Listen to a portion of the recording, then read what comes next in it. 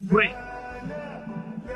और बचपन में ही उनके वालिद का इंतकाल हो जाता है। तो उनकी वालदा जद्दोजहद करती है और इमाम शाफी रहमतुल्लाह अलैह की परवरिश करती है। और उनकी ख्वाहिश थी कि मेरा बेटा उल्मा के दरमियान अपना बचपन गुजारे, इसीलिए सारा इंतजाम करती है और इमाम शाफी रहमतुल्लाह अलैह को मक्का भेजती है उल्मा के दरमियान जीने के लिए।